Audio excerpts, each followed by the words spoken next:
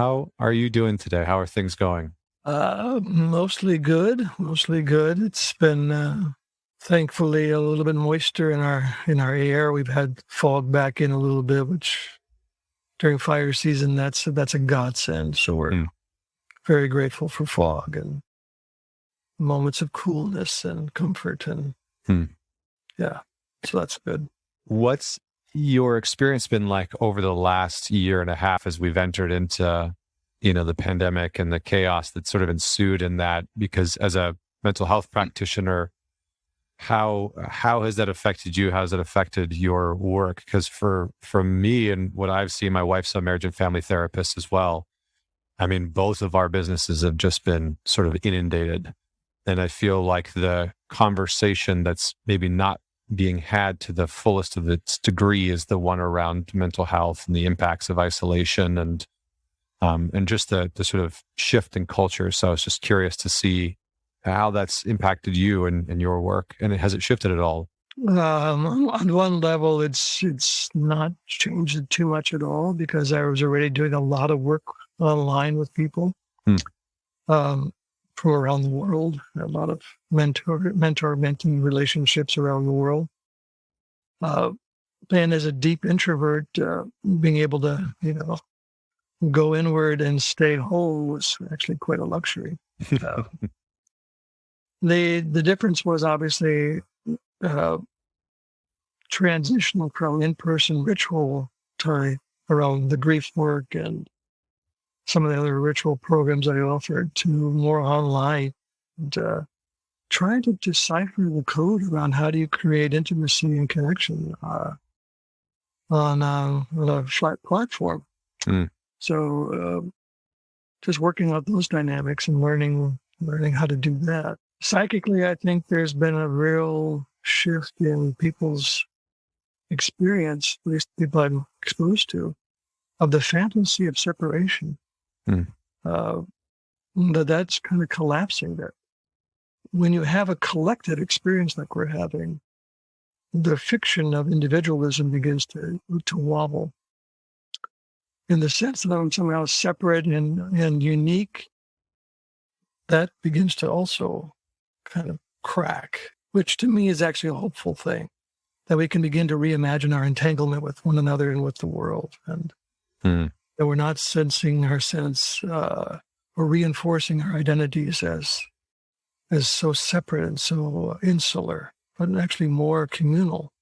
That the self is actually a communal presence, not a entirely interior experience. So that's one of the hopeful signs I'm seeing of this pandemic. Yeah, beautiful. Well said. Thank you for that.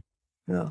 All right. Well, where do we begin in this wonderful conversation? I'm always sort of remiss to know where to start in some of these grand conversations around things like initiation, things like grief, looking at rituals within our culture.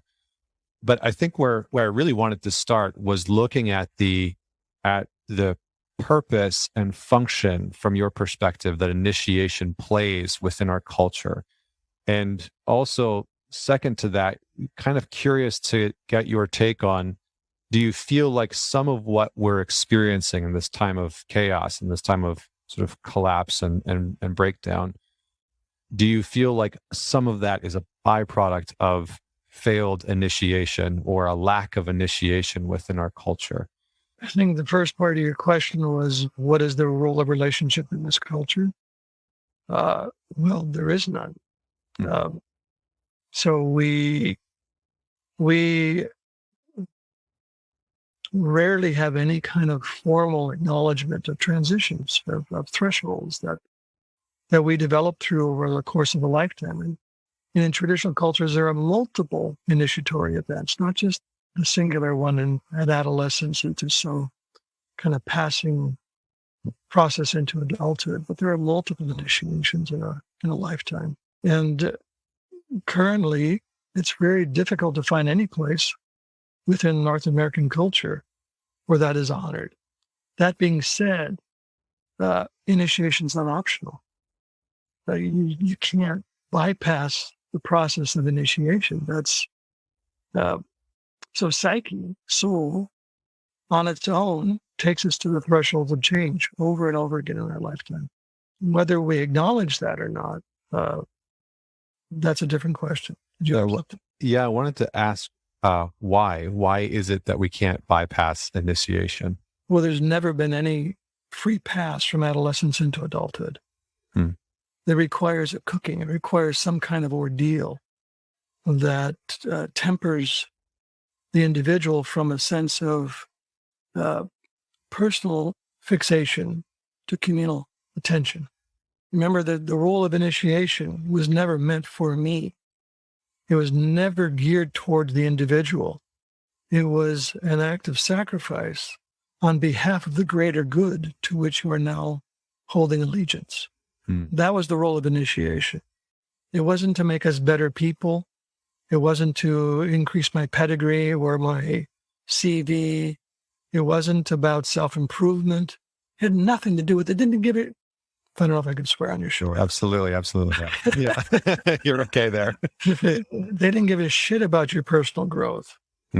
What they cared about was ripening you so that you could be a presence that would help to sustain the viability of a living culture. So there's this beautiful symmetry you see in traditional cultures between strong individuals and strong community. It takes a strong community to cultivate a strong individual. It takes strong individuals to maintain a strong community. And that symmetry was deepened and ripened through the process of initiation. And that was the purpose of initiation. So when you ask that second part of the question, are we in the condition we're in part because of the failure of initiation? Absolutely, absolutely so. We have never gotten beyond the fixation of the individual. So we are kind of consuming ourselves to death. We are entitling ourselves to death. What initiation moves us from entitlement to entanglement, from rights to responsibilities. We're so invested in what I'm entitled to and what are my rights, that we've forgotten that we are entangled and that we are responsible for the communal well-being. And the failure to attend to the communal leaves us in the condition we're in, which is basically pillaging the planet for personal gain and for personal comfort. So yeah, the absence of initiation and the absence of the processes that would engender a larger allegiance, this is the condition we're in. And when you look at traditional cultures, I don't want to idealize them by any stretch of the imagination, but when you look at cultures that are fighting on behalf of water protection or land protection, they're the ones where those practices are still relatively intact. Why do these traditional cultures fight against fracking or oil industries? Because what initiation also does is it weds your individual psyche to the psyche of the land.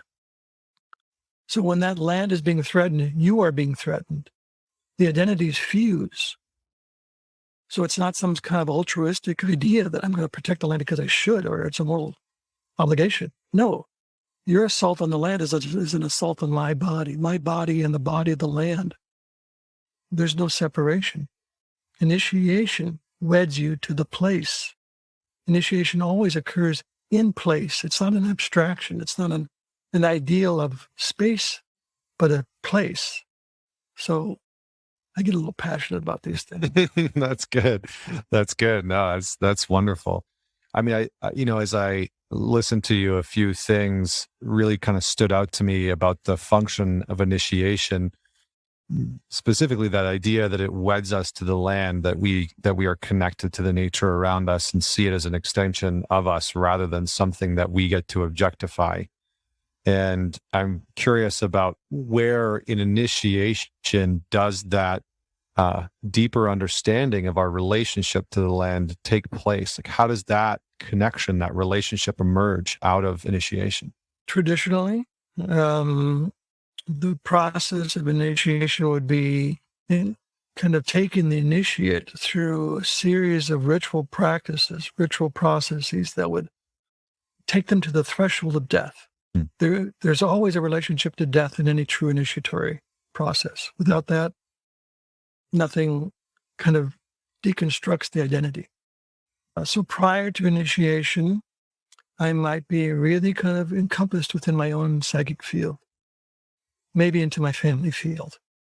What initiation does through the processes of heat and pressure is kind of break the psyche open so that our fidelity and our sense of fealty now is also part of the woods, part of the watershed, part of the animals, part of the galaxies whirling. You become cosmically entangled through that process. What we're experiencing right now is what I call rough initiation.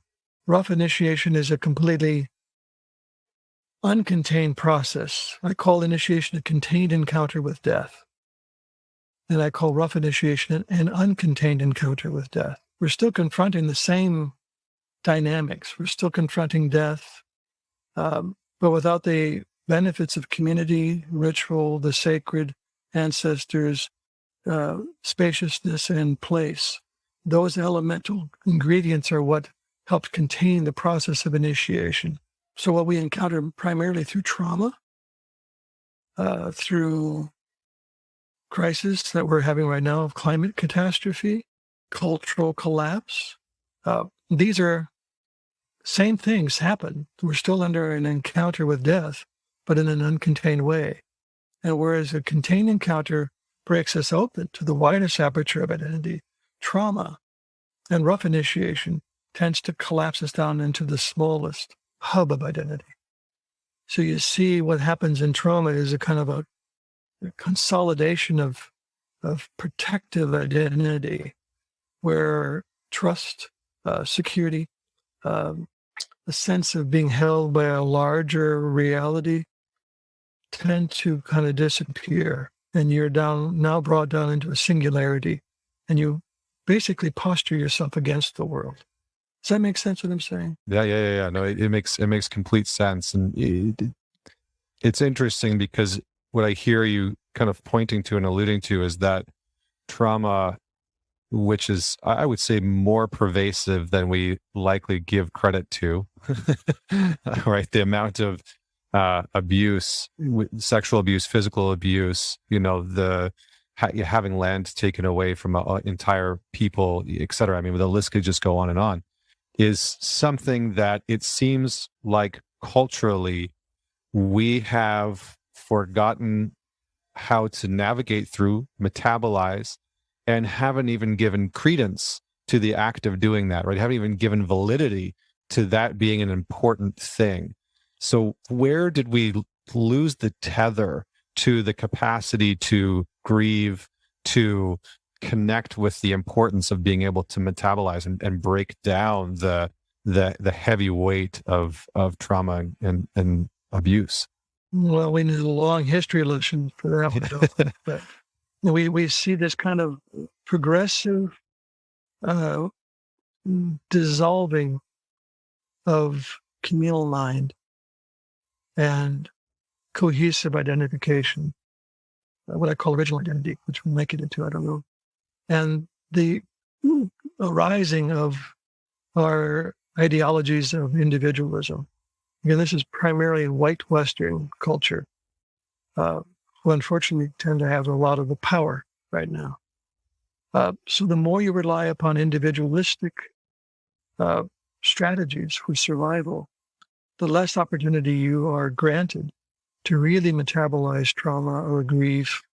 You're kind of, in a sense, sentenced to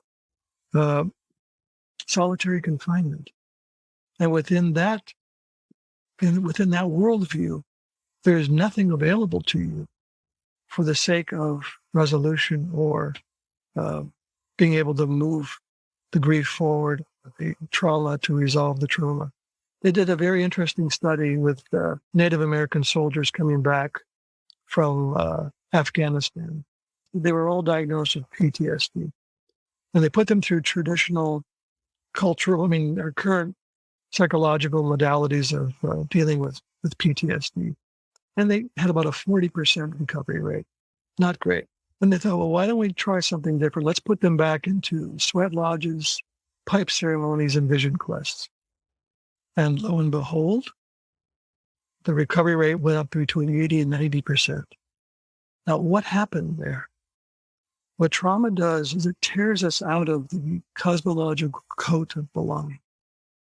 We are severed from a sense of cohesiveness and participation in a wider sense of identity.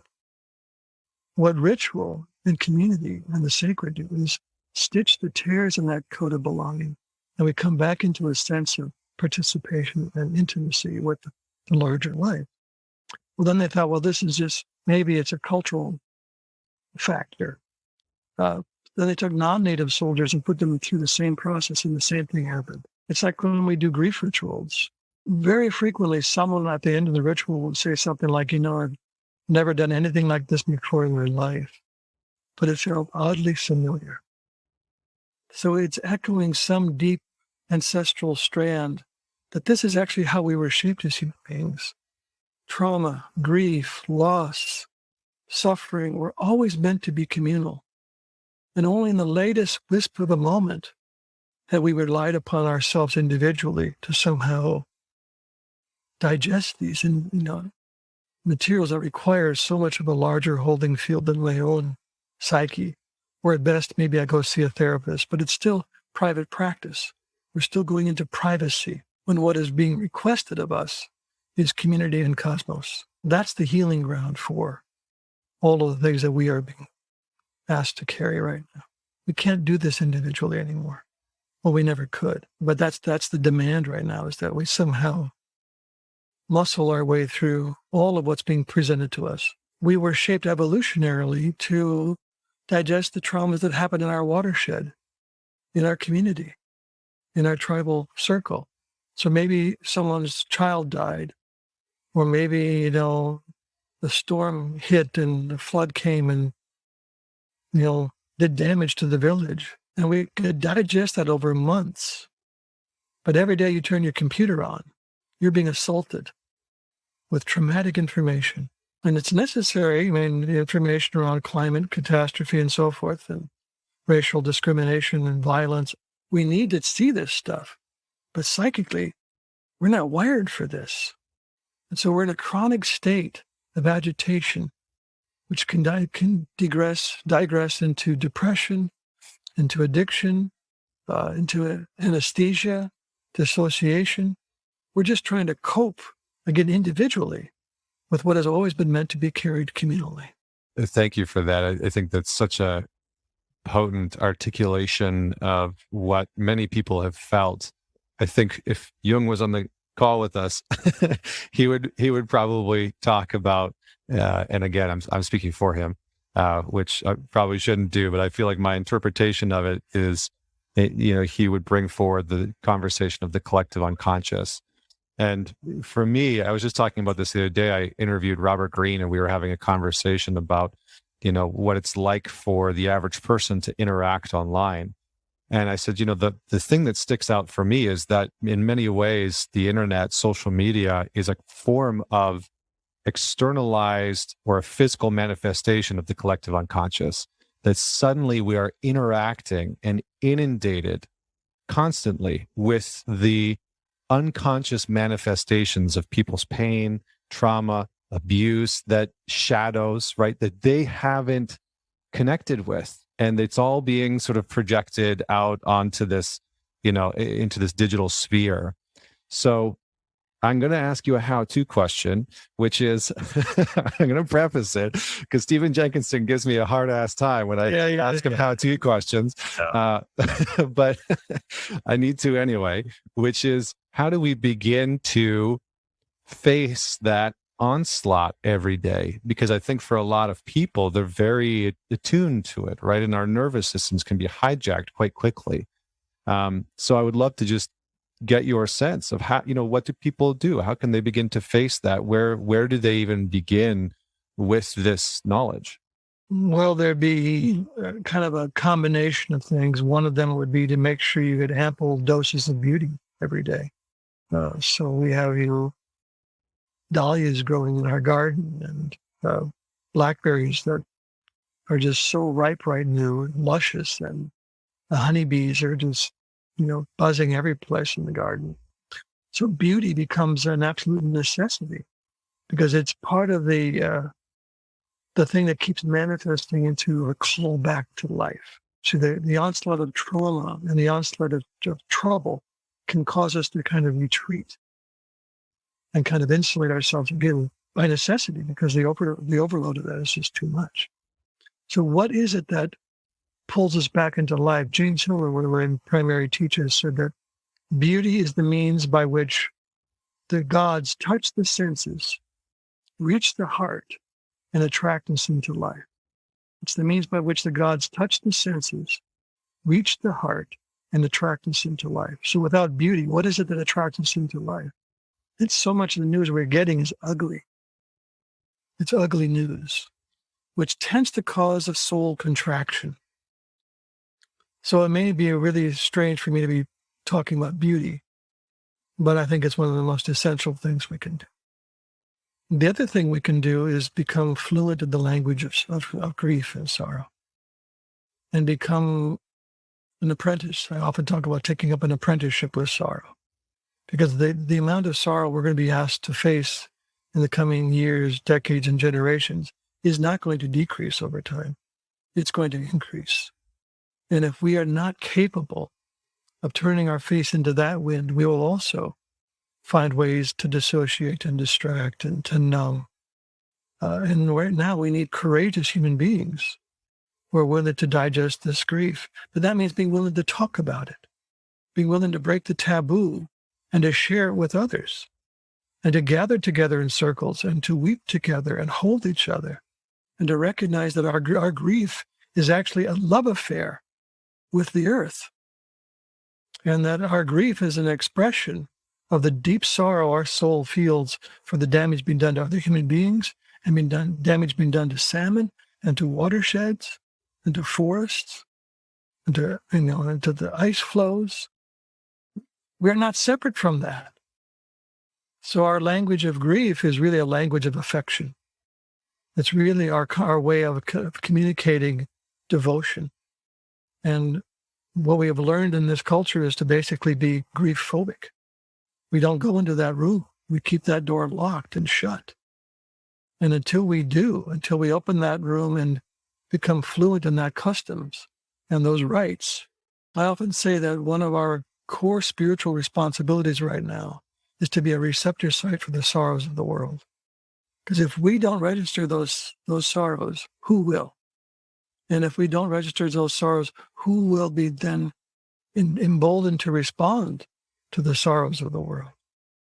That's really one of our core responsibilities between beauty and grief work. That would be my how-to kit. As you were talking about beauty, I couldn't help but think about the sort of very real, I can't find the right word for it, but attack comes on beauty itself. We've sort of created this fraudulent, Botoxed, plastic surgery version of what beauty should look like, photoshopped, etc. I mean, it's just, I could just go on and on and on. And we've lost a connection. But what I hear you talking about is beauty from a natural standpoint, beauty from a nature standpoint. Can you just speak a little bit more about the reconnection to beauty in its inherent form? Well, it's not about something being beautiful. Beauty is really about how something affects you. Hillman talks about the word aesthesis. And aesthesis, that's the Greek word where we get the word aesthetics. And he said aesthesis comes from the moment in which you're walking around a corner and you encounter something so beautiful, whether it's a fox or a sunset, and it takes your breath away. That's having an aesthetic arrest. So what I'm talking about is how something can affect you. Something can touch you so deeply that you are moved by that exchange between the moment and your own soul. That's what I'm talking about. I'm talking about beauty. It's not something that we're kind of commercializing or abstracting, but something that deeply penetrates and affects your soul to the degree in which you are touched.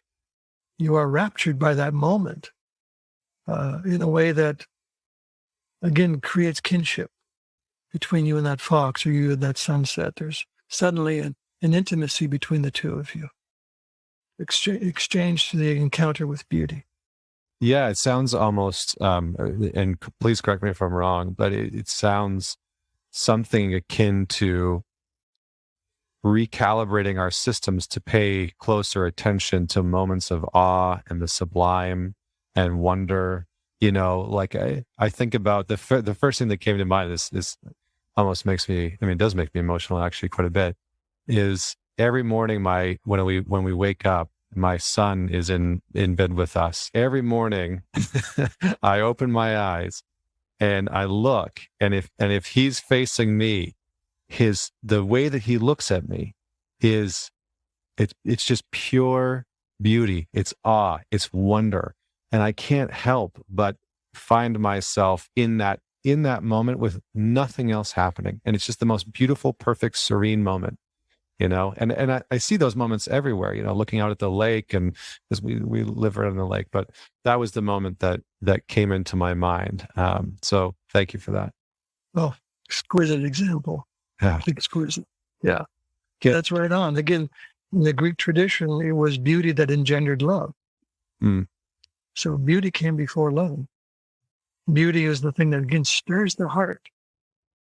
And through beauty, through something touching us, we fall in love, So when your son looks at you, when Code looks at you, it engenders your heart. It stirs your heart to affection, to awe and beauty and love and wonder. So it kind of ties us back into initiation, ties us back into the thread around where we place our attention. When we are not feeling our sense of initiation into that adult presence, our gaze is primarily internal. Our eyes are always looking more towards, how am I doing? Am I performing adequately? Am I good enough? Am I loved? What do people think of me? What initiation is meant to do is a threshold moment where we move from that kind of interior space to a communal space. So our gaze can fall out into the world. Robinson Jeffers says to fall in love outwards. So our love falls into the world, into the canyons, into the creek beds, into the song of the meadowlark. That's where our love is meant to fall, not just to have our gaze continuously circulating around adequacy. And that, again, I don't say that with any judgment, because I totally understand why we do that. When belonging is so fractured in a collective, like it has been because of our flag of individualism, belonging has been so fractured that our sense of security around belonging becomes so tenuous that we're always watching the next step we take. Because, like in traditional cultures, it was really, again, not idealizing them, but from my studies, it was the job of the village to impress into the body of every child that they were somebody worthy of welcome and that they were needed and blessed. We've changed that 180 degrees around, where it's my job to convince you that I'm somebody worthy of being welcomed into the community, even tenuously. And so we exert much of our attention for the remainder of our lifetimes, sometimes until we die, self-focused. Am I inside or outside? You think about how much anxiety we carry around whether or not we belong or don't belong, whether we're in or we're out. Why are we such a culture so obsessed with the cult of specialness? That's because we are so uncertain about whether or not we belong. And that causes, again, the gaze becomes self-obsessional, and we lose the beauty of the world. Soul has become so interior that the soul of the world has been forgotten. And then you can treat the world as commodity at that point. Yeah, thank you. And it's interesting because what you're saying there, you can treat the soul of the world, or we can treat the world as a commodity. And in many ways we do. And we have in some ways commodified one another, commodified ourselves, commodified our attention. And I think that's the part that many people struggle with. I've worked with a lot of, there's many parts that people struggle with, but I think that part of the challenge that people are connecting with when using social media, when online, when, watching the news, when interacting with some of the problems and challenges that we face, is often that they feel a sense of helplessness in being able to even contribute to the change of where they see the ship heading. And I don't necessarily have a question outside of just opening this space for you to maybe speak to that. We have no idea where the ship is heading. We are entering what I call the long dark. And I say that with, there's many things I will speak to here. The long dark is a period that's absolutely necessary for us to go through. Dark, I use the term dark not in a negative sense, but in a sense of descent. We're in a time of decline, a time that's taking us into the underworld, where certain things can only happen in darkness, like roots can only really develop in darkness. Everything in the green world that we look at is because of what's going on in darkness. Our heartbeat right now is in utter darkness. We were conceived in utter darkness in the womb of our mothers. So there's certain things that can only happen in darkness.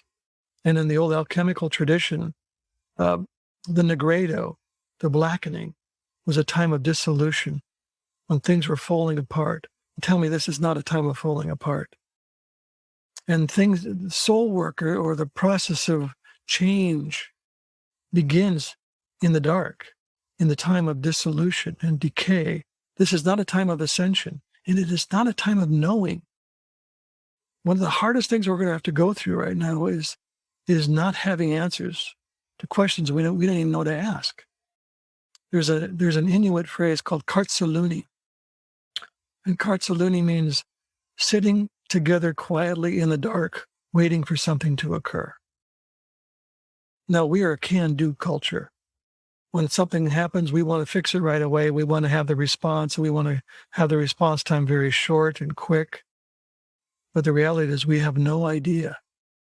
And so we're going to be entering into a long time darkness, the long dark. I'm not talking about years or even decades. I'm talking generations. We don't know how many generations it might take for us to get to the other side, if we can get to the other side of this crisis. There's no guarantee. But I like the process of not knowing more than just statistics and data. That can be quite depressing. But we're entering into this great unknown. And that invites imagination and invites a different quality of consciousness. I forget the first part of your question. Well, I just kind of opened it up. I just posed a query and hoped that you would speak to it. But I think you did quite an apt job of doing that. And, again, I'll quote the grandfather, Jung. He, in the Red Book, he talked about a dream where he met the archetype of his devil. And I'll never forget. I was like laying in bed reading it, which is, really light nighttime reading, of course, reading Jung before bed. Well, nothing stirs the psyche quite like that. And he talked about meeting the devil, and I can't remember exactly word for word, but he basically advocates for communicating, with your devil when you enter into the nigredo, because he wrote an entire book about alchemy and psychology. But he basically said, when you have a chance to meet your devil, do so in all earnesty. He is your devil after all. And he goes through the dream and his entire interaction. I feel like in some ways we're entering into this unknown space that you're talking about, and the sort of collective unconscious is coming out in our proverbial society and culture. And in many ways, we're being faced with those parts of us that we don't like, that we don't want to experience. Why is it that we have such a aversion to the unknown? Like, I feel like sometimes part of my job, a large part of my job, is just supporting people in facing the unknown being okay with the unknown, accepting not knowing. What does that come from? Is that just a part of human nature? Is it something that we've developed within our culture? Like, can you speak to that? I think it is part of our nature, but I think it's become exacerbated by, again, being asked to face the unknown in an intolerable circumstance, which is in isolation. We would used to, and again, go back to Cartsaloni, sitting together quietly in the dark. We don't sit together. So I'm being asked to face the darkness alone. I remember the first part of your question. It had something to do with people feel ineffective when thinking about facing the enormity of what's going on. Well, that's another part of that. Thinking about facing climate catastrophe or cultural collapse by myself, forget about it. But if I can begin to remember that I am part of a cohesive body, and collectively we are responding to what's going on, then I begin to feel a little bit more empowered, a little bit more possible that this isn't all on my shoulders. It's on the shoulders of millions, hopefully billions, of people who are concerned about our future. And that collectively, the imagination of the communal, of the species, if we could sit long enough in the dark, quietly waiting for something to occur, we might get some guidance about how to restore our primal relationships to the planet. I mean, one of Jung's phrases is that we are in the trouble we're in because we have neglected the instincts, the age-old unforgotten wisdom that lies at the core of the psyche, the unforgotten wisdom. So there's some deep, archaic part of the psyche that remembers its primal relationship to place and to planet. And I think under this critical time, this is a time that memory is being stirred. But as far as dealing with uncertainty, it's scary. It's very scary to have to face it in isolation. It's much more possible when we can gather in circle and begin to speak about uncertainty.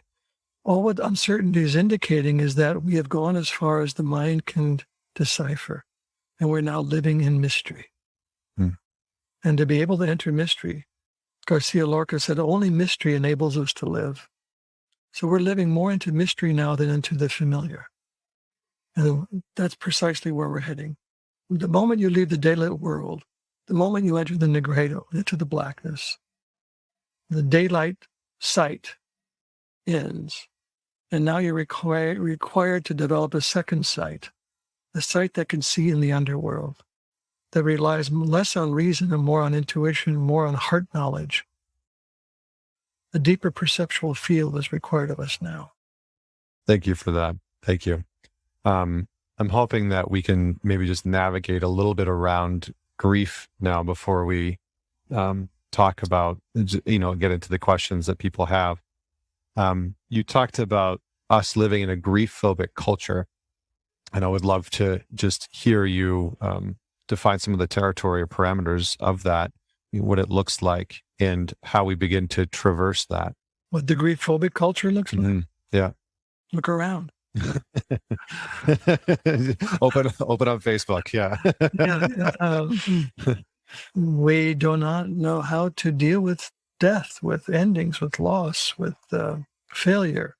I talk about in my book, The Wild Edge of Sorrow, the 5 gates of grief. And really, the only gate that we ever acknowledge collectively is when someone close to us dies, or something close to us dies, or something ends, like a marriage ends, or we lose a home.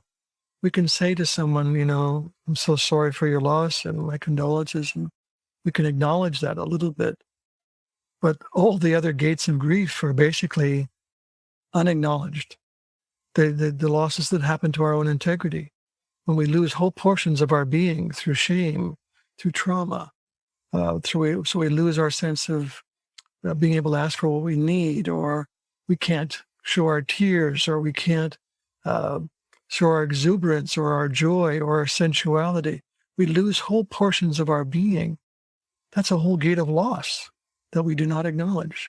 The sorrows of the world we barely acknowledge collectively. The fourth gate is what I call what we expected and did not receive. We are wired to expect the same thing our deep time ancestors experienced, which was life within a contained field of village or tribal culture. We expected 40 pairs of eyes greeting us every day, wondering what we dreamt about last night. We expected to share meals and rituals of grief and gratitude, and we expected to go through some kind of initiatory process. We expected to be under the stars, listening to the old ones tell the stories at night. Almost none of that manifested. That's a deep source of grief that we don't even know how to name, but it feels like a chronic emptiness at the core of our being, which we typically blame ourselves for. What did I do wrong to feel so empty inside? Well, what if that emptiness isn't somehow a flaw in your character, but an absence where a living culture was meant to be flourishing and nourishing you, and then you in turn helping the culture to flourish? And then the last gate I talk about is ancestral grief, the rupture in our ancestral lines, that we all come from intact ancestral indigenous communities, but most all of us, particularly in white Western culture, that got severed. And the relationship to place, to language, to ritual, to cosmology, again, something that disappeared. And also in that ancestral line is what happened when our ancestors arrived here, to the native cultures, to the importation of slavery. That ancestral grief is so thick that the more I work with grief, the more I think that most all of our grief is multi-generational. It's not even mine. I mean, I have my own personal losses, my own personal experiences, but so much of the grief that I carry in my body and you carry in your body began, as Rumi said, in some other tavern. It began thousands of years ago, and has now continued on. And now they're talking about the transgenerational transmission of trauma, right? They're talking about the new epigenetics of trauma and how it transfers down the lineage. Now that's difficult news to hear. The other side of that coin, though, that I think is hopeful is that it's also the transgenerational transmission of courage, of affection, of love, of creativity, of imagination. Somehow you and I are sitting here having this conversation because that lineage did not get broken. So something endured, not just trauma and grief, but also something that allowed us to have this moment in this flesh and in this bone and this body. But collectively, again, you go back to individualism and you go back into the archetypal mode of perception. The dominant archetype in this culture is the heroic archetype. And the hero needs no one. The hero is always successful. The hero shows no vulnerability, has no need, rises above everything. We're always climbing. I mean, look how anxious we get collectively when the stock market goes down. I mean, we have entire industries devoted to things making sure that they keep going up. The whole, erectile dysfunction industry. We hate it when things go down. It's somehow a personal failure when things go down. But that's the time we're in right now. We're in a time of descent. And that is soul time. Soul has all to do with descent and with going down. And that is holy ground to the soul. Yeah, thank you for that. I think what I took out of that is the importance of allowing ourselves individually, collectively, communally to enter into those spaces of grief when they arise, and to actually get curious in some ways about the grief that we might be carrying that we haven't acknowledged, and the fundamental and almost undeniable importance of that. I think, yeah. And the other thing that stood out to me as you were talking was, I read somewhere that 25% of the United States, $27 trillion has been printed off within the last 5 years. And I was like, oh my gosh, like what a great symbol of exactly what we're talking about, right? Prop it up, let it keep going up, ascension. And so we seem to be unable to allow ourselves to enter into these spaces of decomposition. So as somebody that has facilitated this, what does that group work look like? What does that grief work look like when you are guiding people through that space? Obviously, you don't need to give us all the details, but what could somebody expect from entering into that space? Let me first just say a couple thoughts. Please. I want to just note how complicit Western psychological systems are in this. Our fixation is always about growth. It's always about development and improvement. And, mastery is a big word in our psychological language. And so I think even psychologically, we are conditioned to think that to go down, to regress, is a failure. I've had people come into my office frequently saying, God, I think I regressed this week. I think I'm not making progress. As if that's the only option. Progress is the only way we can go. We're obsessed with progress. And the fiction of progress is that we're always going to get to someplace better. And there's a chronic discontent built into this fixation with progress. So I just want to call out, we have, just mention that our psychological frameworks predisposes to this fixation on growth and development. And psyche never grows that way. Psyche, I've never seen anybody I've sat with ever have the straight line movement of progress. Psyche sometimes makes this movement, but sometimes it goes this way, and sometimes it goes this way. Sometimes it stands still and doesn't move, and we call it stuckness. And that's an incredibly rich space. But we think it's, again, failure to move forward. So I just wanted to speak that out loud, that I'm very concerned about our psychological language that is so conditioned around growth and development and self-improvement. I think it's actually an act of violence at times.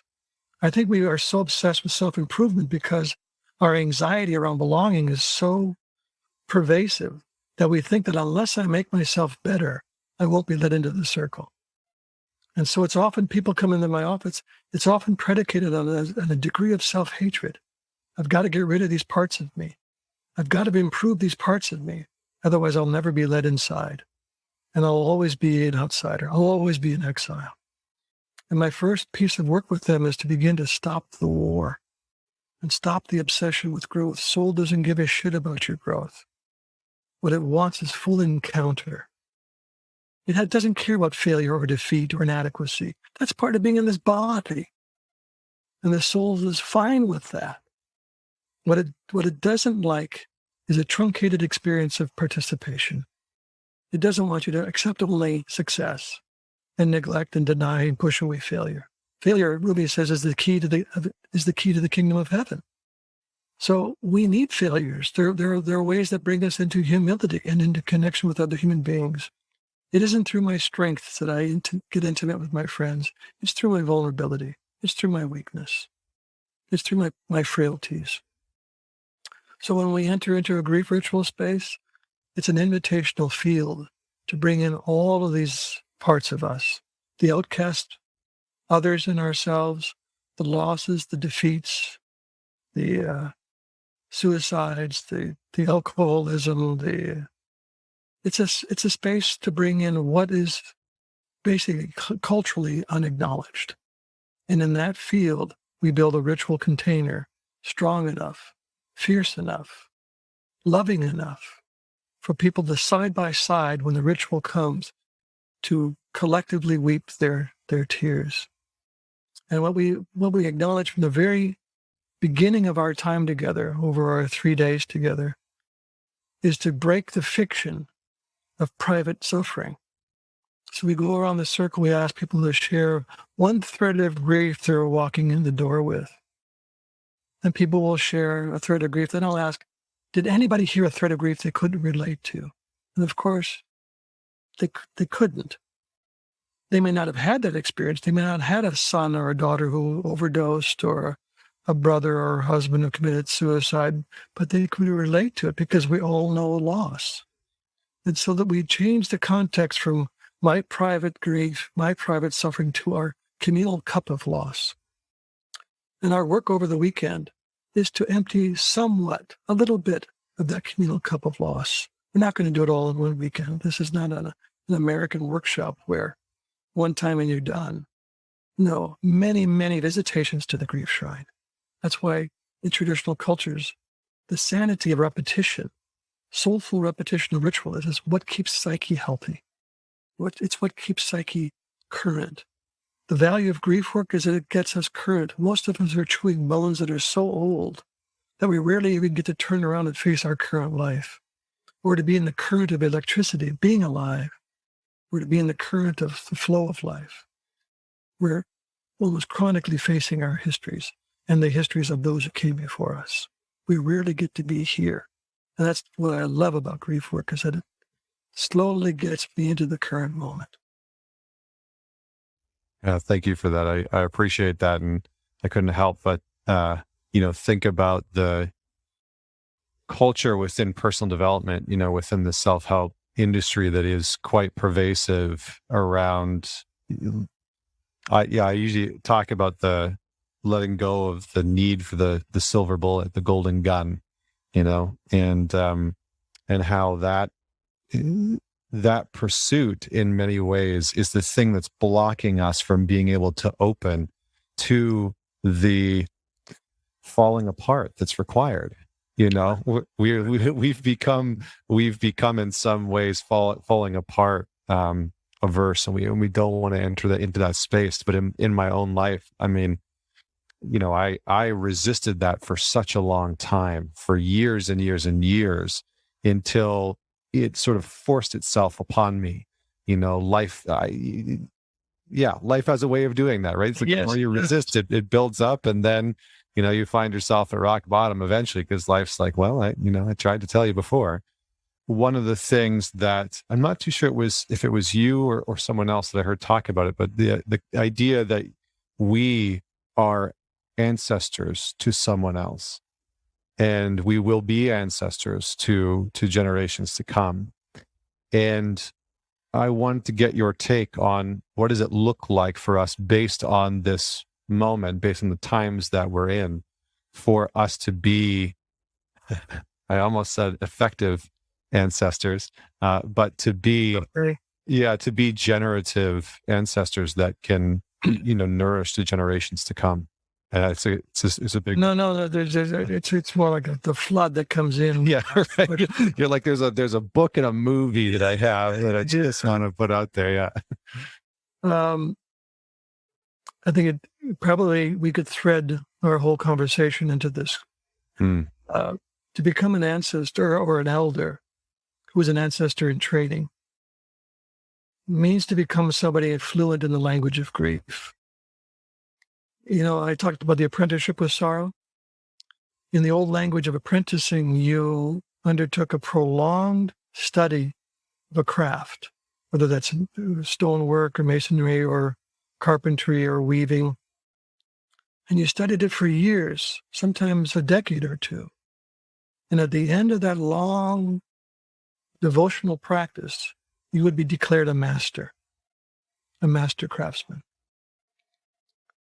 In the apprenticeship with sorrow, that long study, the long period of working with grief and learning its contours and its textures and its style and its rhythm and its language, doesn't lead to mastery.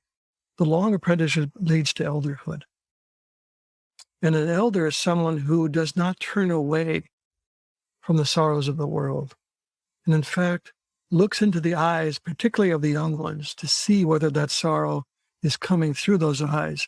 And they recognize that, and they speak to that. And they say, I see you, and I see what you're carrying, and I want you to tell me. An elder is someone who is willing to coax the grief of the young ones out into the world. So a lot of the grief that the young ones are carrying have no place to be deposited, no place to be heard.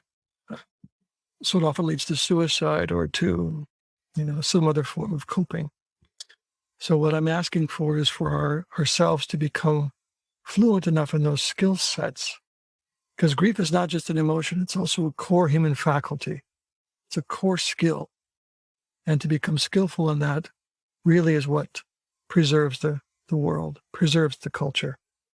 Tell you one quick story from for many years, 17 years or so, I led a program called Men of Spirit, which was a men's initiation project that took men through a year-long process of ripening them to become participants in the care of the community.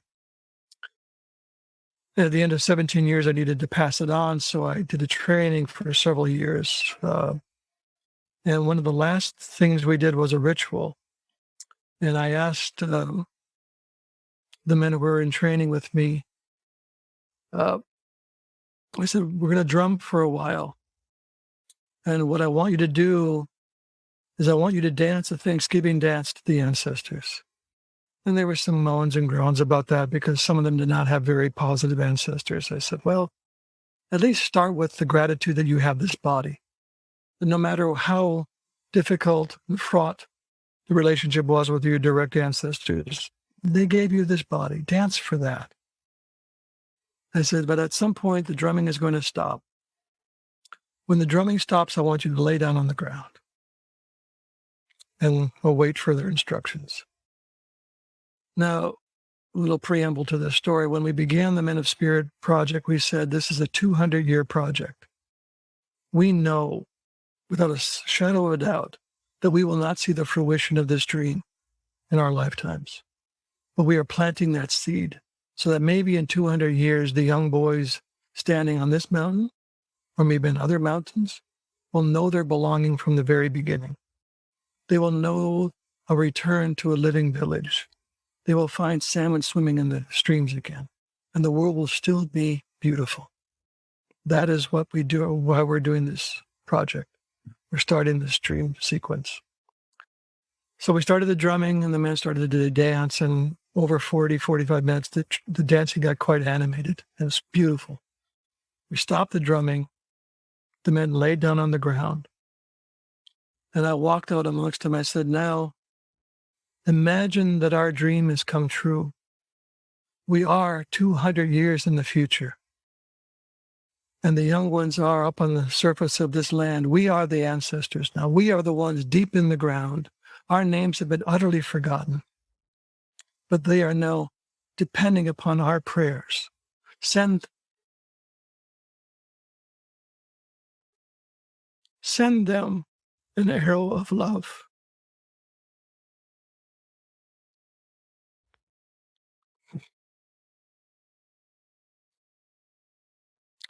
Send them your commitment that you will stand with them, that you will bless them, that you will hold them, that you will take them wherever they have to go.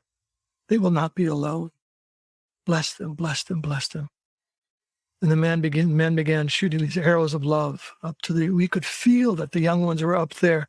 And we were the ones deep underground. We were the ones holding this up. And it was all dependent upon whether or not we could do this with full devotion. And we did this for hours. The drumming stopped and the arrows kept flying. They didn't want to stop blessing these young men standing on the mountaintop. And when we ended, we looked at each other. We recognized we did a time travel. We were the ancestors. We were no longer in this world. We were under the world, and we were throughout the world, and we were doing our jobs. That's what's required of us right now, to bless those who are looking to us. Even if there are the generations who haven't taken shape yet, we have to bless them by our commitment to the future, if there's good one.